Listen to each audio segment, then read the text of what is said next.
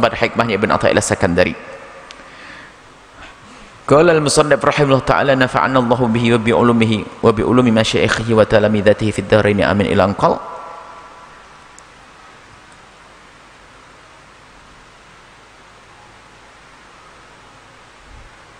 Liyukhaffif alam al-bala'i 'anka, agar ringan sakitnya karena ujian dan bencana yang Allah berikan kepadamu. Yang bisa meringankan adalah ilmuka bi annahu subhanahu wa ta'ala huwa mublilak, dalam naskah lain mubtalilak. Liyukhaffif, agar ringan, agar meringankan alamal bala.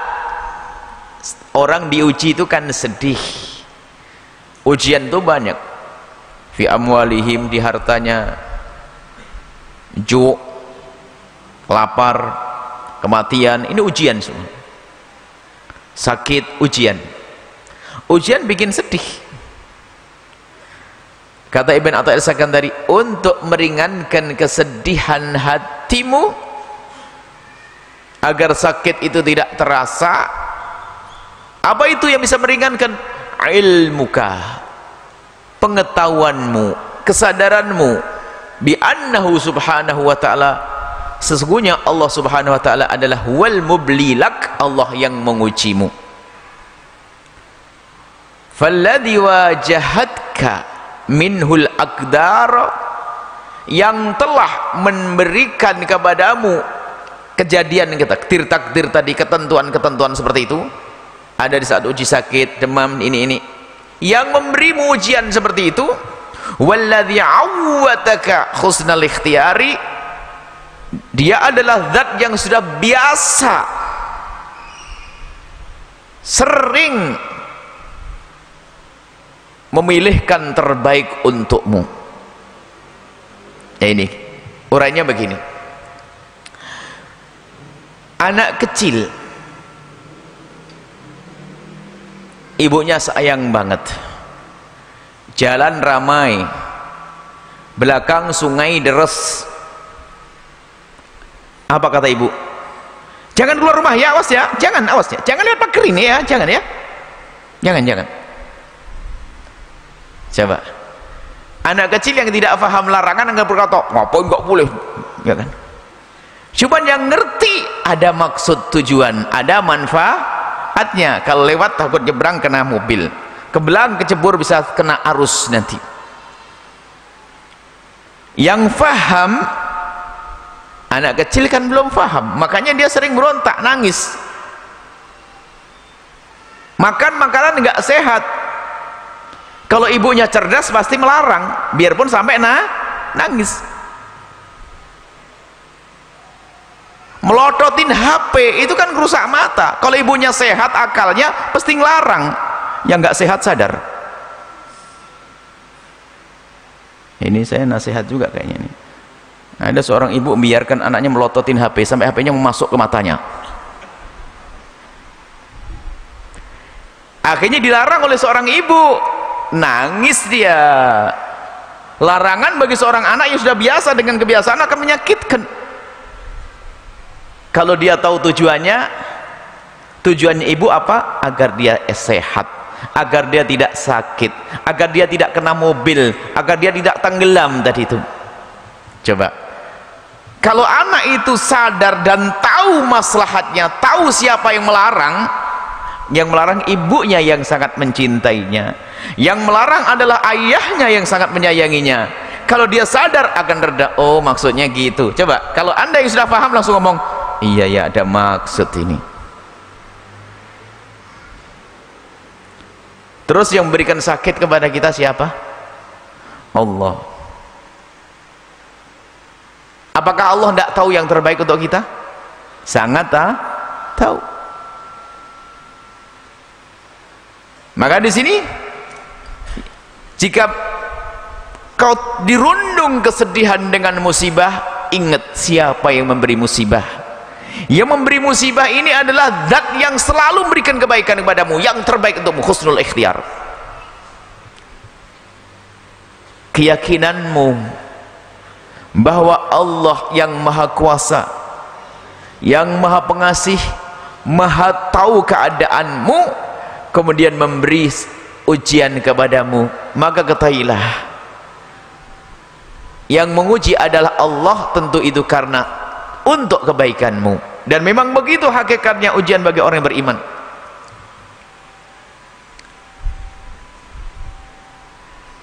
Kalau teman duduk Anda tiba-tiba ngambil jarum ditusukkan pada Anda, marah enggak Anda? Marah, kurang ajar sekali kau ini. Siapa kamu? Tapi kalau seorang dokter membawa jarum ditusukkan ke badan Anda untuk obat, marah enggak? Terima kasih, kan gitu. Sama-sama jarum. Cuman karena Anda tahu siapa yang nusukkan. Sekarang yang ngasih ujian kepada kita siapa? Allah. Ada yang mengambil harta kita, Allah. Mengambil keluarga kita, Allah. Yang mengambil Allah. Apakah Allah perlu dengan keluarga kita? Enggak perlu. Apakah Allah perlu dengan harta kita? Enggak perlu. Lalu kenapa Allah mengambil? Pasti karena untuk kebaikan kita. Apakah karena Allah akan ganti yang lebih baik di dunia? Ayo. Atau karena Allah ingin menyimpan itu nanti di akhirat? Semuanya baik untuk kita kalau kita punya husnudzon kepada Allah. Sementara kita selalu dihadapkan dengan ujian, namanya dunia darul bala. Sehingga yang tidak kenal Allah maka menjadi orang yang sering uring-uringan, protes, capek hidupnya, marah dengan Allah. Sementara di sana ada pangkat tinggi bagi as-sabirin, orang yang sabar saat diuji oleh Allah Subhanahu wa taala. Dia sadar bahwasanya menguji adalah Allah. Dan sudah pernah kami jelaskan, tidak ada ujian yang Allah timpakan kepada seorang mukmin kecuali karena 3 hal. Yang pertama karena Allah ingin mengampuni dosa-dosanya, atau yang kedua karena Allah ingin mengangkat derajatnya, yang ketiga karena Allah ingin memberikan pahala nanti di akhirat. Enggak cuma-cuma. Yang memberi adalah Allah. Lah kalau kita faham begini, di saat ada ujian langsung yukhaffif alamal bala, akan ringan bala itu. Maka di saat bala itu tidak ringan, orang yang kena musibah masuk wilayah putus asa. Dan putus asa ini kurang ajar kepada Allah, suudzon kepada Allah. Makanya orang putus asa cepat terpuruk. Sebab putus asa itu suudzon kepada Allah, dan prasangka buruk kepada Allah akan diwujudkan oleh Allah. Ana inda dhanni abdi bi. Aku tergantung bagaimana hambaku memberikan dugaan kepadaku. Jika dia menduga baik-baik, aku beri. Jika mendugaku jelek-jelek, yang ia dapat. Lah orang putus asa itu salahkan ngomong, ya Allah ini saya ini Allah gak bisa ngasih, Allah gak bisa menyelesaikan masalahku, Allah. Nah ini kan kurang ajar. Allah maha tahu apa yang ada di hati kita. Urusan prasangka buruk ini, jangankan kepada Allah, kita sama-sama satu pangkat sesama manusia. Coba rasanya bagaimana Anda orang kaya, biarpun Anda seorang dermawan, tiba-tiba ada orang minta-minta kepada Anda, tapi sambil ngomong itu begini, minta Pak Haji, minta rezekinya Pak Haji, minta sedekah. Cuman model Pak Haji ini kayaknya nggak pernah ngasih duit. Enak enggak? Wah, minta kurang ajar banget ini. Anda yang dermawan jadi sumbat itu nanti rezeki. Kurang ajar banget. Lah Allah itu biar kita tidak ngucap, Allah tahu hati kita. Kalau kita kan tahu kalau ada orang yang ngomong kan, yang minta pada kita ngomong, modelnya Pak Haji ini kayak nggak pernah ngasih duit nih, modelnya pelit gitu. Padahal Anda dermawan, jika gara-gara ngomong begitu, stop. Wah, kurang ajar, di sana minta sana lagi. Allah maha tahu apa yang ada di hati kita, lintasan-lintasan hatimu, kekurangan ajar di hati kita, Allah maha tahu. Nggak dikasih nih. Maka dari bangunlah husnudzon kepada Allah Subhanahu wa taala. Dari kemarin kita bicara tentang doa di majlis Ahad. Sekarang tentang ujian, husnudzon kepada Allah. Ajaban li amri ummati anna li amri ummati anna amruha kullahu khair. Oh, kama qala Rasul. Mengherankan tentang urusan umatku ini. semuanya baik-baik umat Nabi Muhammad. Ajaban min amril mu'mini, mengherankan sungguh. Aw fi riwayat aw kama qala Nabi, ajibtu min amril mu'mini, aku terheran dengan urusan orang yang beriman. Anna amrahu kullahu khair, anna amrahu kullahu khair, anna amrahu kullahu khair, semua urusannya baik. Anna amrahu kullahu khair, semua urusan baik. Wa la yakunu dzalika illa lil mu'minin, yang demikian itu enggak ada kecuali untuk orang beriman. Apa itu kisah orang beriman? In asabathu sarra'u syakar, kalau mendapatkan karunia dia bersyukur, tambah gede pahalanya. Sudah dapat duit syukur dapat pahala, nikmat dapat syukur dapat pahala. Wa in asabathu dharra, kalau dia mendapatkan musibah, sabar baik, karena khairun lahu. Jadi orang beriman tuh nasibnya enak terus. Di saat mendapatkan nikmat dia bersyukur, maka juga baik bagi dia. Di saat mendapatkan musibah dia sabar, baik bagi dia. Untuk menjadi sabar ini loh, bukan hanya sekadar di lisan, tapi sabar itu berangkat dari keyakinan di dalam hatimu tentang zat, tentang Allah, tentang sifat-sifat Allah, tentang maha kuasa Allah. Inilah yang dibahas. Yang meringankan beban sakitmu atas ujian adalah kesadaranmu, pengetahuanmu, kenalmu Allah, bahwasanya memberikan ujian adalah Allah. Allah maha tahu tentang keadaan kita, dan Allah tidak punya kepentingan dengan kita, kita yang punya kepentingan. Maka apa yang Allah berlakukan kepada seorang hamba itu tentu untuk sebuah kebaikan. Kalau sesaat diberi sakit kemudian sebetulnya itu adalah sesuatu yang wajar, biasa. Itu dalam hidup itu selalu begitu, didahului tidak enak, kemudian setelah itu enak. Apa saja coba? Kalau pengen enak makan diapain dulu? Lapar dulu kan? Kalau agar enak tidur namanya apa dulu? Anda nggak ngantuk, nggak enak tidur, tidur ngapain? Semuanya begitu. Anda pengen tidur enak, Anda capek dulu memasang kasur, itu kan capek. Apa saja semuanya. Pengen makan, nanak nasi, capek enggak? Keringetan tuh, semuanya. Sebetulnya itu semua itu biasa saja, wajar. Cuman kadang kita itu kalau sudah urusan ujian menjadi naik pita, marah kepada Allah, naudzubillah. Padahal itu sudah wajar dalam hal-hal seperti itu. Ada senang, ada tidak senang. Rasa senang akan terasa adalah karena adarnya rasa tidak senang. Ada yang manis, ada pahit. Kalau seandainya tidak ada pahit, kita tidak akan tahu rasanya manis. Anda tahu enaknya molet? Anda tahu rasanya enaknya molet? Ada orang sakit nggak bisa molet, sakit yang disengaja, hamil tua, enaknya molet tuh. Kalau lihat suaminya begini protes, nah abang itu jangan lihat, makanya jangan suka Anda molet ini ya, depan istri Anda yang lagi hamil tua, kasihan dia. Coba lihat, itu nikmat loh ya. Anda nikmat sebagai laki-laki, bisa bisa bunyi kretek gitu ya, tapi istri Anda sabar dapat pahala karena enak juga. Nah, kita tahu rasanya kenikmatan karena ada ujian, ada sesuatu. Jadi dalam hidup itu sudah biasa semacam itu. Gajian di akhir bulan, kenapa itu gajian? Kerja dulu kok, kan biasa sudah begitu. Hidup itu ya begitu sudah. Capek, berakit-rakit ke hulu, berenang-renang ke tepian, katanya begitu kan. Sakit-sakit dahulu, senangnya nanti. Biarpun kadang di saat kita ingin sakit tidak sakit, karena apa? Kita dengan Allah, dengan cinta. Itu suami yang sangat mencintai istrinya, dia bekerja subhanallah di bawah terik matahari, kadang melahan lapar dan dahaga, akan tapi kebayang di mata dan hatinya adalah istri yang menanti di rumah. Semangat dia. Indahnya cinta itu sesama manusia, bagaimana dengan Allah Jalla Jalaluh. Bahkan dalam riwayat, innallaha idza habba 'abdan ibtalah. Allah kalau mencintai hambanya diuji. Kenapa? Allah ingin mendengar rintihannya, sebab rintihan itu bentuk penghambaan yang sesungguhnya. Selama ini dia susah mengatakan Allah, Allah, dikasih sakit jadi Allah, Allah.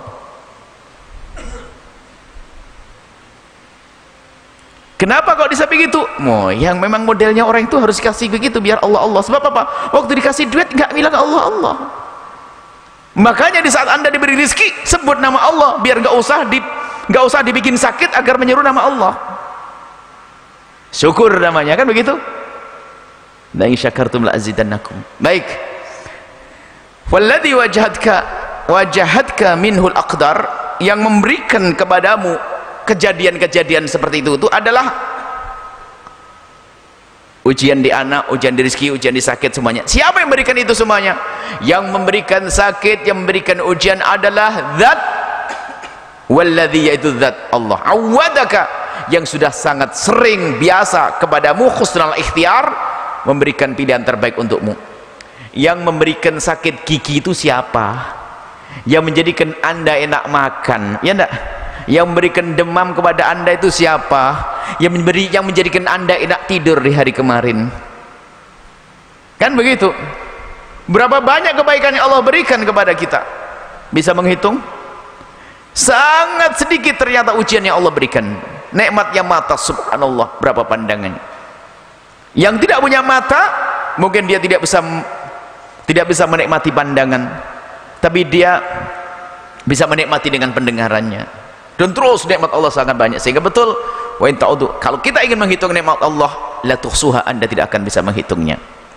Maka musibah apapun, ingat bahwasanya yang memberikan ujian kepadamu adalah zat yang pernah memberikan banyak kenikmatan kepadamu. Baru setelah itu apa? Reda, gundah akan hilang, marah kepada Allah akan hilang, sakit akan terasa reda. Maka menjadilah sifat yang sangat mulia yang akan dengan Allah, innallaha ma'as sabirin, Allah bersama orang-orang yang sabar dalam ujian. Pun demikian, Anda tidak boleh minta ujian dari Allah. Pangkatnya tinggi orang sabar itu, pahalanya adalah terserah kamu minta apa, gitu loh. Kalau amal baik kan ada hitungannya 10 kali lipat, 100. Tapi kalau orang sabar, tapi pun demikian Anda jangan sombong lalu berkata, ya Allah berikan aku sakit biar pangkatku tinggi. Enggak. Mentang-mentang ada kisah seorang wanita masuk surga gara-gara didolimi suami. Enggak usah, ya Allah aku pengen suamiku dolim kepada aku biar aku masuk surga. Jangan sok deh. Minta yang baik. Rabbana atina fid dunya, minta yang baik. Makanya jangan minta, kalau orang minta jelek itu biasanya itu orang marah kepada Allah. Dialah yang kaya raya tapi nggak punya anak. Ya Allah, daripada kaya begini nggak punya anak, mending punya anak biarpun nggak punya duit. Loh, ini kan marah namanya. Coba dibenerin, dijawab oleh Allah, iya. Kau melarat lalu punya anak, bingung juga kan? Kadang-kadang kita itu mintanya marah. Jomblo kelamaan, ya Allah daripada jomblo terus udah pokoknya perempuan jelek juga nggak apa-apa ya. Dikasih beneran kau pusing ya. Ngomong yang bener. Kalau dengan Allah, Anda tidak berurusan dengan orang yang punya kelemahan, tapi Anda urusan dengan zat yang maha kuat, yang maha kuasa. Minta yang istimewa. Kalau minta surga jangan, ya Allah saya pengen masuk surga, sudah di terasnya nggak apa-apa, yang penting selamat dan masuk neraka. Oh jangan gitu, minta surga Firdaus. Itu loh. Jangan biasa minta yang tidak baik. Jangan biasa minta tidak baik. Biarpun Nabi ada salah minta. Nabi Yusuf ngomong, penjara lebih aku sukai daripada ajaan mereka. Coba dia doanya lain nggak masuk penjara. Gara-gara ngomong penjara, masuk penjara Nabi Yusuf. Karena sudah ngomong penjara lebih aku senangi. Coba, ya Allah jauhkan aku dari penjara, dan malah nggak masuk penjara. Maka tolong yang ngomong yang ya biar dalam keadaan ujian, daripada begini mending mati. Memang kalau mati kau enak langsung masuk surga atau bagaimana? Kok sombong banget kayak orang kebanyakan amal minta mati. Orang minta mati kan kebanyakan amal kalau sudah ada jaminan. Apalagi mendahului atau sebelum atau bunuh diri misalnya. Orang putus asa, kurang ajar kepada Allah. Bunuh diri dosa gede, dan bisa saja imannya sudah dicabut, akan di neraka selamanya, bisa jadi. Tapi kalau masih ada imannya akan diseksa nanti dengan cara bunuh dirinya itu terus. Ini bentuk orang putus asa. Jadi orang marah kepada Allah tingkatnya macam-macam. Nah, orang bunuh diri itu marah pada Allah, ya Allah engkau tak bisa menyelesaikan urusan, ya sudah aku mati saja deh. Na'udzubillah. Baik, agar reda, agar teredam rasa sakit atas ujian yang Allah berikan, ingat bahwasanya yang mengujimu adalah Allah, yang tidak perlu dengan kita. Allah tidak punya hajat kepada kita, akan tetapi kita punya hajat kepada Allah. Allah tidak perlu kepada harta anda, Allah tidak perlu kepada keluarga anda, akan tapi ketahuilah apa yang Allah ambil seperti janji Allah akan diganti lebih bagus, atau akan dikembalikan nanti di akhirat dalam keadaan yang sangat-sangat luar biasa, nggak bisa dibanding antara dunia dengan akhirat. Seperti itu.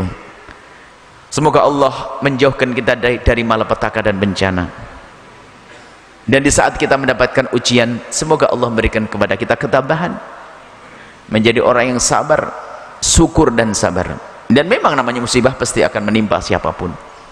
Namanya kita di darul bala ibtila.